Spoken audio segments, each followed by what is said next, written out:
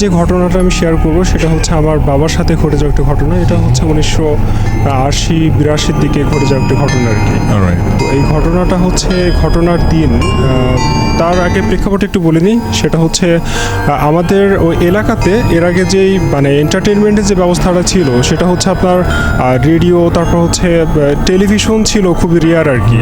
এমনটা দেখা যেত যে গ্রামের হয়তো বা গ্রামের দু একটা বাড়িতে হয়তো টেলিভিশন পাওয়া যেত, এবং গ্রামের অধিকাংশ লোকই আপনার হচ্ছে নির্দিষ্ট একটা সময়ে, বিশেষ করে আপনার সন্ধ্যার পরে আর কি, ওখানে গিয়ে সবাই মিলে একসাথে টেলিভিশন দেখতো এবং অনেক মজা করতো আর কি।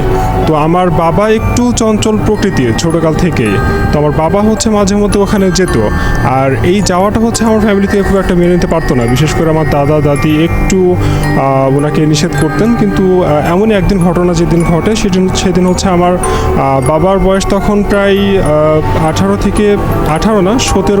17 বছরের মতো হবে আর কি। আর তখন হচ্ছে আমার সেজো কাকু ছিল আর কি, বাবার সাথে যেতে আর কি অনেক জিদ লাগায় যে সে ওনাকে টিভি দেখতে যাবে ওখানে। তারপর বাবা এক পর্যায়ে ওনাকে ওনাকে নিয়ে আর কি ওখানে যেতে বাধ্য হয়। এবং যখন যাই তখন ছিল সন্ধ্যাবেলাতে ওখানে গিয়ে টিভি দেখে আস্তে আস্তে ইউজুয়ালি ওনাদের ফিরতে সময় লাগে প্রায় 8টা সাড়ে 8টা মতো বেজে যায় আর কি। আর গ্রাম অঞ্চলে 8টা সাড়ে 8টা মানে অনেক রাত। আর হচ্ছে ওই দিনটাতে একটু সময় বেশি লেগে যায় আর কি, প্রায় 9টা সাড়ে 9টা মতো বেজে যায় আর কি ওই সময়টাতে। তখন বাবা যখন ফিরবে তখন আমাদের গ্রামটা হচ্ছে ডি শেপড গ্রাম।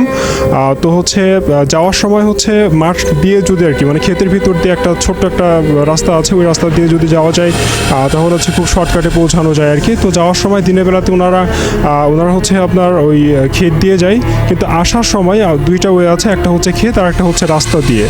আর রাস্তা দিয়ে একটা জায়গা আছে, সেটা হচ্ছে একটা বাঁশঝাড়, যেখানে লোকমুখে শুনতে পাওয়া যায় যে ওই বাঁশঝাড় দিয়ে যদি কেউ রাত্রেবেলাতে একা কেউ যদি ওখান থেকে পার হতে যায় তাহলে আর কি একটু কমপ্লেক্সিটি ফেস করতে হয়। বিশেষ করে ওই গাছের ওই বাঁশঝাড়ের বাঁশগুলো আর কি একটু ঝুঁকে পড়ে। তারপর হচ্ছে ওখান থেকে রেস্কিউ করে আসাটা দেখে অনেক টাফ আর কি, অনেক কমপ্লেক্সিটি ফেস করতে হয় ওখান থেকে রেস্কিউ হয়ে আসতে আর কি।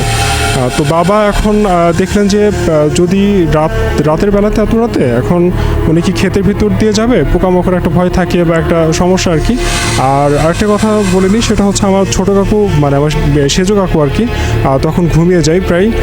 তখন আমার বাবা আর কি তাকে কোলে পরে আর কি বাড়ির দিকে যখন রওনা শুরু করেন, উনি রাস্তা দিয়ে আসাটাকেই আসলে একটু বেটার মনে করলেন আর কি। তো উনি যখন আসবেন তখন ওই বাঁশঝাড়টার সামনে যখন উনি আসেন তখন আর কি বাঁশঝাড়টা পার হবেন, মানে এমন অবস্থায় একটা বাঁশ আর কি তার সামনে পড়ে যায় অটোমেটিক্যালি। তারপর বাবা হচ্ছে এই ব্যাপারটা অনেকের মুখে শুনে থাকে, এই সময়টাতে বাঁশের নিচ দিয়ে যাওয়া যাবে না, আর হচ্ছে বাঁশের উপর দিয়েও যাওয়া যাবে না, কারণ বাঁশের নিচ দিয়ে যদি যায় তাহলে যেই অশুভ শক্তিটা হচ্ছে এটা এরকম একটা অবস্ট্রাকলস তৈরি করেছে, সেটা হচ্ছে হয়তো বা তাকে চাপ দিয়ে হয়তো মাটির সাথে হয়তো বা খুশি ধরবে, অথবা তাকে হচ্ছে উপর দিয়ে যদি যেতে চায় তাহলে হয়তো বা একটা দিবে আর কি, আছাড় দিবে আর কি। এটা হচ্ছে লোকমুখে শুনতে পাওয়া যেত আর কি।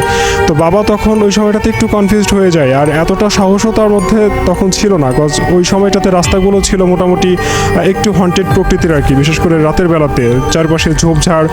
তখন কাউকে দেখতে না পেয়ে উনি তখন ভাবলেন যে ওনার কাছে আগুনও নাই, যে আগুন যদি জ্বালানো হয় তাহলে বাসটা অটোমেটিক্যালি উঠে যায়, ওনার কাছে আগুনও নাই। তো হঠাৎ করে উনি দেখতে পেলেন যে আমাদের বাড়ির যে রাখালটা আর কি, তিনি হচ্ছেন রাস্তা থেকে ওনার দিকে এগিয়ে আসছে আর কি। তো তারপর হচ্ছে উনি যখন আসে তখন ওনাকে জিজ্ঞাসা করে যে এত রাতে কোত্থেকে ফেরা হচ্ছে বা এত রাতে কেন একটু বকাঝকা করে। তারপর তার কাছে একটা দেশলার একটা কাঠি মেরে তিনি হচ্ছে ওই বাসটাকে উঠিয়ে ফেলে আর কি, ওই বাসটা উঠে যায় অটোমেটিক্যালি। তারপর হচ্ছে ওখান থেকে পার হয়ে চলে আসে। আসার পরে বাবা যখন রাস্তা শেষ করে যখন বাড়ির ভিতরে ঢুকবে তখন আর কি উনি পেছনের দিকে তাকান আর কি, তাকিয়ে দেখে যে ওখানে কেউই আসলে ছিল না। পরবর্তীতে উনি যখন বাড়ির ভিতর ঢুকে যাওয়ার পরে তখন ওই রাখালটার সাথে আর কি আমার বাবা তখন ওই সময়টাতে ঘুমাতেন। তখন ওখানে গিয়ে দেখে যে রাখালটা শুয়ে আছে। তখন ওনাকে মানে